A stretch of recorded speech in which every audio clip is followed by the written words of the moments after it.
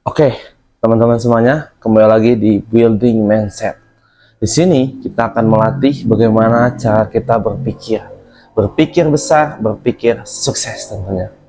Nah, di sini video kali ini saya akan membahas tentang untuk teman-teman semuanya yang baru lulus sekolah SMA ya.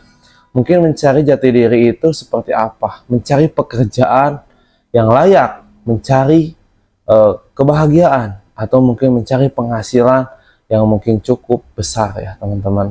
Di sini saya akan bahas tentang apa yang saya baca dari bukunya Cash Flow Quadrant ya teman-teman. Nah, Building Master kali ini kita akan bahas tentang buku Cash Flow Quadrant, yaitu karya dari Robert Kiyosaki. Oke teman-teman, sekarang kita akan awali dengan membuat diagram. Di sini saya akan bagi menjadi dua golongan. Yang pertama ada golongan kanan dan juga ada golongan kiri. Di golongan kiri di sini ada yang namanya E, S, B, dan juga I. Nah, yang pertama adalah E. Apa itu E? E artinya adalah employee. Employee artinya adalah pekerja. Jadi, teman-teman di sini itu ada beberapa pilihan. Mau masuk golongan kiri atau golongan kanan. Dalam golongan kiri itu ada golongan yang pertama adalah E. E artinya adalah pegawai, karyawan, atau mungkin sesuatu yang kalian kerjakan, atau waktu. Waktu teman-teman yang ditukar dengan uang ya teman-teman. Jadi, waktu ditukar dengan uang artinya adalah employed. Jadi, menjadi seorang pekerja yang mungkin rata-rata mendapatkan gaji sekitar 4-5 juta UMR ya teman-teman. Nah, kalau misalkan ingin ada kenaikan yang mungkin naik jabatan, atau teman-teman pokoknya bekerja di orang lain di sebuah perusahaan, itu masuk ke dalam golongan E. Nah, kalau golongan S artinya adalah golongan self-employed. Nah, self-employed ini artinya adalah keahlian teman-teman yang ditukar dengan uang. Contohnya, mungkin teman-teman menjadi seorang dokter, menjadi artis, yang belum punya tim, tapi jadi kalian kerja sendiri, keahlian menjadi supir, atau mungkin sesuatu yang kalian kerjakan sendiri yang ditukar langsung. Jadi skill teman-teman yang ditukar dengan uang atau dengan penghasilan, dengan pemasukan seperti itu. Nah, ini adalah golongan kiri. Golongan kiri itu artinya pegawai dan juga skill keahlian pribadi yang tidak mempunyai tim, teman-teman. Nah, mungkin di golongan kiri ini untuk meraih kesuksesan atau the achieve financial freedom itu cukup sulit. Karena mungkin kalau dari menjadi pekerja ya dengan gaji segitu mungkin rata-rata hanya cukup untuk memenuhi kebutuhan. Nah, kalau mungkin dari self-employed itu tergantung kreativitas kita. Kita bisa lebih kreativitas, kita bisa lebih jeli melihat peluang ya, mungkin penghasilan kita bisa lebih banyak seperti itu. Tapi kalau misalkan kita bermalas-malasan atau kurang kreatif, ini akan membahayakan juga ya, seperti itu teman-teman. Nah, kalau di golongan B ini artinya adalah golongan business owner ya. Di sini kita akan tulis business owner, yang dimana teman-teman semuanya itu akan mempunyai bisnis dan juga mempunyai tim yang membuat sebuah sistem atau networking, membuat sebuah jaringan bisnis, yang dimana karyawan atau misalkan teman-teman bisa membentuk sebuah jaringan bisnis yang berjalan dan owner bisa jalan-jalan.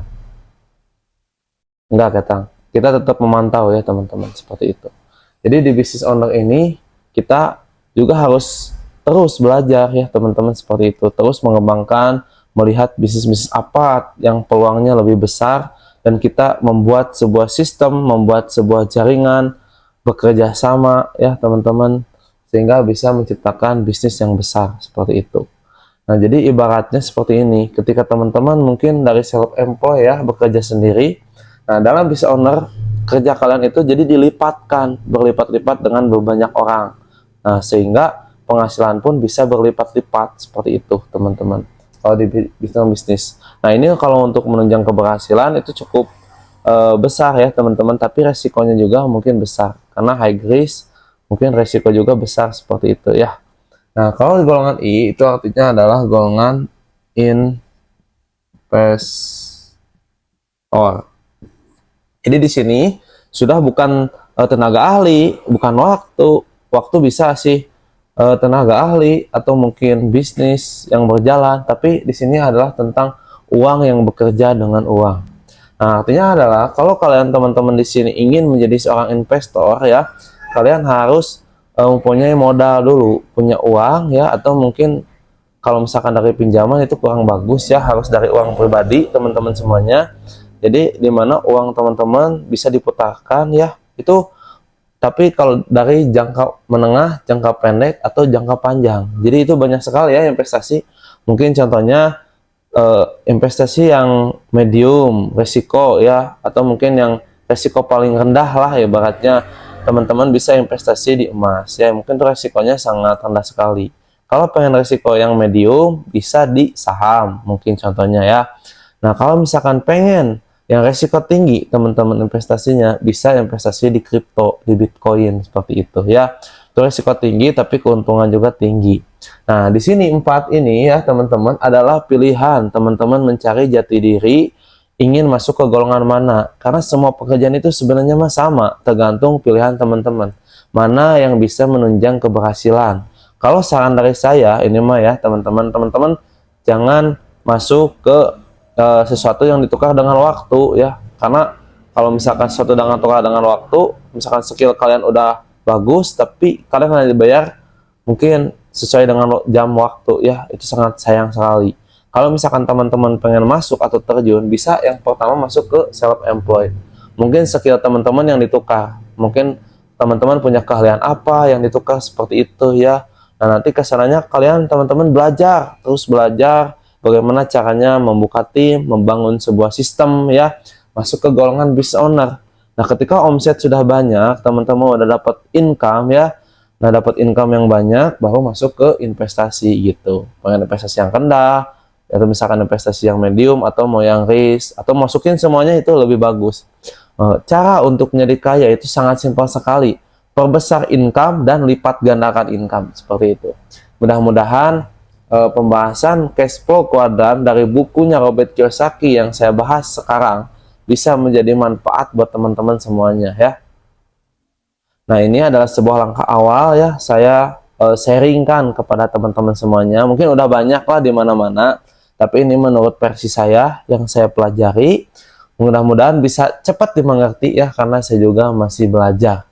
Di sini tujuan saya ingin membantu teman-teman semuanya untuk achieve financial freedom. Nah, sama saya juga akan belajar terus untuk achieve financial freedom seperti itu ya, teman-teman. Nah, kalau rame ya teman-teman, saya akan bahas cara mendapatkan 100 juta pertama ya. Oke, jangan lupa subscribe channel ini ya. Mudah-mudahan kita bisa terus bertambah wawasan kita, bisa kita terus mengembangkan mindset kita bisa terus building, membangun pola pikir, keberhasilan, keberuntungan, dan impian-impian kita bisa terwujud teman-teman. Hanya dengan mengubah mindset seperti itu ya. Dan mudahan untuk teman-teman yang mencari jati diri ya, mau ke instrumen mana, ini bisa menjadikan sebuah pilihan untuk teman-teman. Mau masuk golongan kiri atau golongan kanan, employed, self-employed, business owner atau golongan investor. Itu bebas teman-teman memilih yang mana, karena semuanya juga ibaratnya malah dibutuhkan ya teman-teman.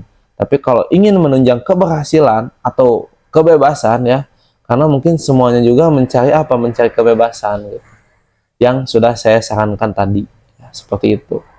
Oke, terima kasih. Mudah-mudahan bisa menginspirasi, bisa menjadikan manfaat. Kita belajar lagi sama-sama ya di channel Building Mindset. Jangan lupa like, komen, subscribe. Kita bahas apa? Ngobrol di komen. Oke, salam dahsyat. Mindset sukses, mindset building.